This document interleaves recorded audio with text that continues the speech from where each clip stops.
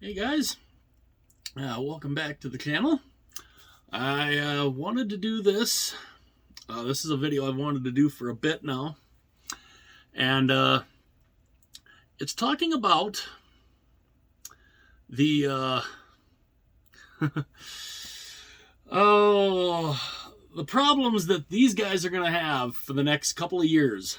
The cap hell that they are literally in. And, obviously, I live in Minnesota, obviously, definite Wild fan. And, as far as free agents go, there's not a whole lot of, there's not a ton of, UFAs that they've got to worry about, but there's some big problems. And before I get into that, I'd like to welcome you guys. I'd like to welcome you all. If you're new here, welcome. Hopefully you enjoy the video. If you enjoy this video or some of the other videos on the channel, don't be afraid to hit that like and subscribe button down there. I would greatly appreciate it. I would love to have every hockey fan that I can get be a part of the channel. It would be absolutely fantastic. And what do you say? Let's get into the albatross, basically. As I borrow a line, as I borrow a phrase from the legendary poem "Rime of the Ancient Mariner." Good song by Iron Maiden too. If that poem and song might go over some people's heads, but this is the albatross that is going to hang around the Minnesota Wild's neck for the next 3 years. It is the dead cap space, the dead cap money that they have when they bought out Zach Parise and Ryan Suter. I thought it was nuts when they bought both of them out. I thought, okay, maybe one. But when they bought both of them, I thought, whoa. Now, obviously, it didn't kick them in the butt this past season. But this season and the 2 seasons beyond this next season, the next 3 years, they're in trouble. I don't know what they're going to be able to do when it comes to, free agents or, especially here. And of course, I'm looking currently. Cap Friendly, awesome site. I am a big fan of Cap Friendly. There is some now let me get in before I look into some of the UFAs and the RFAs over the next couple of years. The dead cap money for Parise and Suter for 2022-23 is a combined $12,743,588. That's for this upcoming season, 22-23. For the 2 years after that, 23-24 and 24-25, it is $14,743,588. That is how much dead cap money that they're stuck with for the next 3 years. Now, after that, it's not so bad. There we go.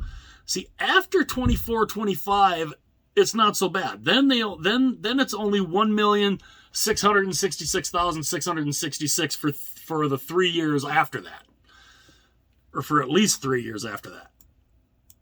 I don't know if because it seems to go, the furthest it seems to go is 27, 28. So the 3 years after the next 3 years aren't so bad, but it's the next 3 seasons that they're just, boy, they're in some trouble. They really are. And don't know.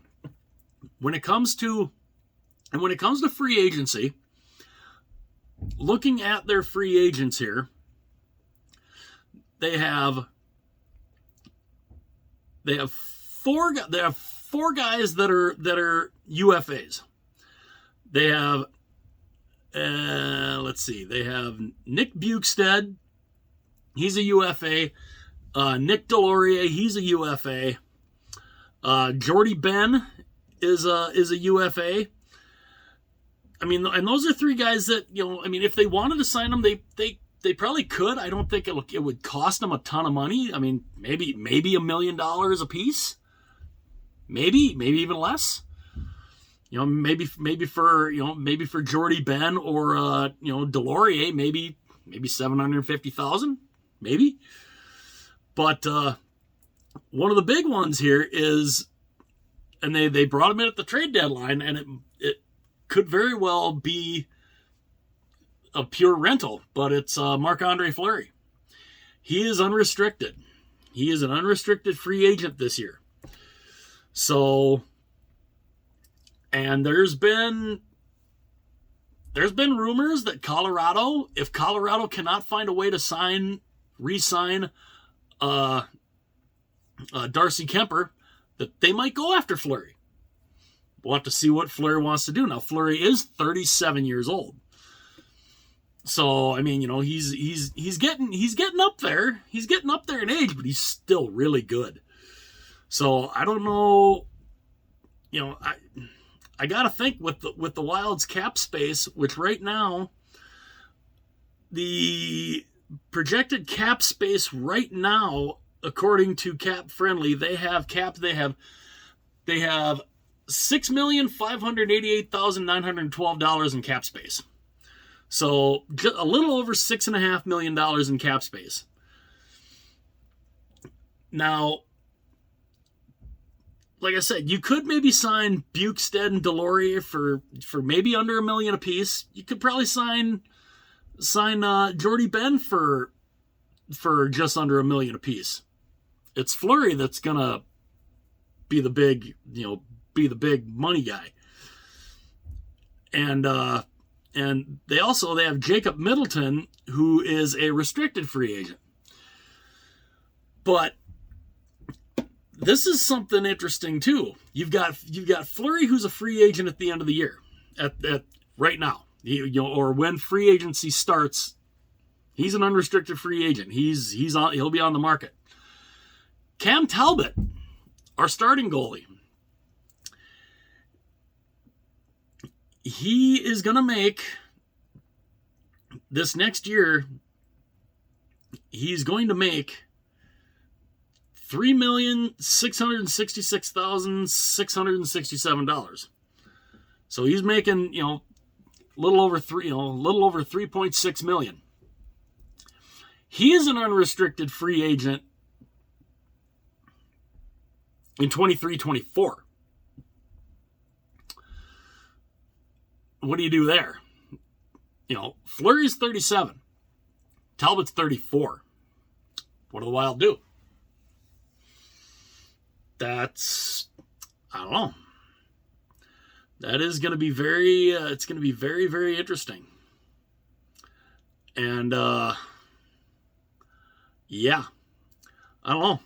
It's going to be very interesting to see what the Wild are able to do, especially with the goaltending. Like I said, Fleury's an unrestricted free agent, and Talbot will be an unrestricted free agent after next season. So, we've got one more year of Talbot before he hits the unrestricted free agency market. Fleury is going to hit the market here in a couple more days when free agency starts. So, yeah, I don't know what exactly they're going to do. But I mean, even even after next year too, we have Matt Dumba, one of our defensemen. He's unrestricted after the 23-24 or in the 23-24. So is Dmitry Kulikov. Okay, Freddie Gaudreau is unrestricted there. 23-24, we've got a few restricted free agents. We got Tyson Jost, who's a restricted free agent in 23-24. Matthew Boldy is a restricted free agent after next season. And Brandon Duhaime, he's restricted after next season. So I mean, there's a little time that they can maybe into next season they can talk to those guys, to some of those guys, and maybe try to get something worked out. But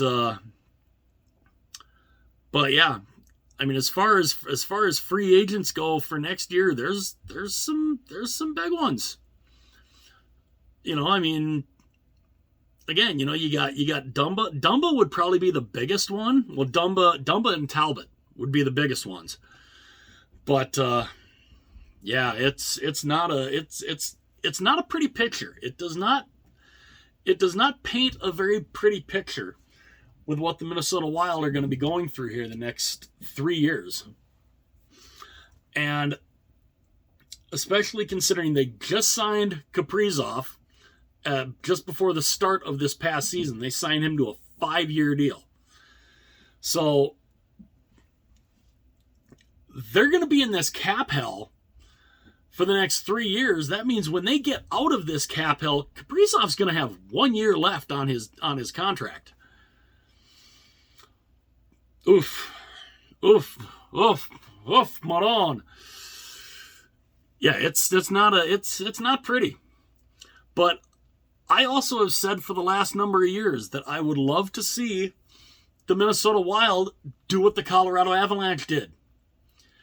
Be bad for a couple of years. Maybe take this opportunity when you're going to be in cap hell for the next 3 years. And I know this will suck for fans.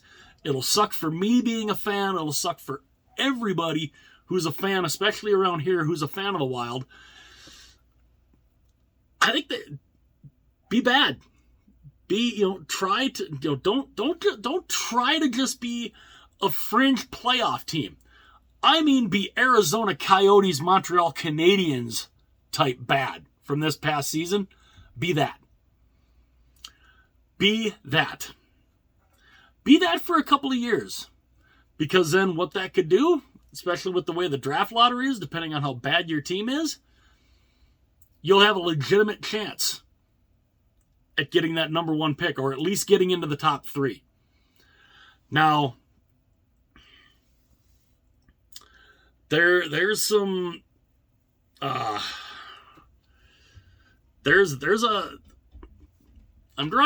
totally drawing a blank right now on who the main guy is going to be, who's looking at being the number 1 pick next season. This season is looking like it's either going to be Shane Wright or Koletkov, something like that. Let me know in the comments section on that. I'm drawing a blank on his name too. But I was looking at some videos of the kid that's looking like he's going to be the consensus number 1 after next season, in not this year's draft, but next year's draft. And whoa, he looks good. He looks really good. And if the Wild were bad enough where they could get into that lottery and get a chance at getting the number 1 draft pick and getting that kid, to get him would be absolutely fantastic. It would be awesome if they could do that. And yeah, it's gonna be, I mean, I think, if you could put him on a line with Kaprizov, you never know. It'll be very interesting to see what exactly happens. But yeah, I think the next couple of years, I wouldn't mind if the Wild were bad. I really wouldn't. I mean, would it suck as a fan base? Yes. But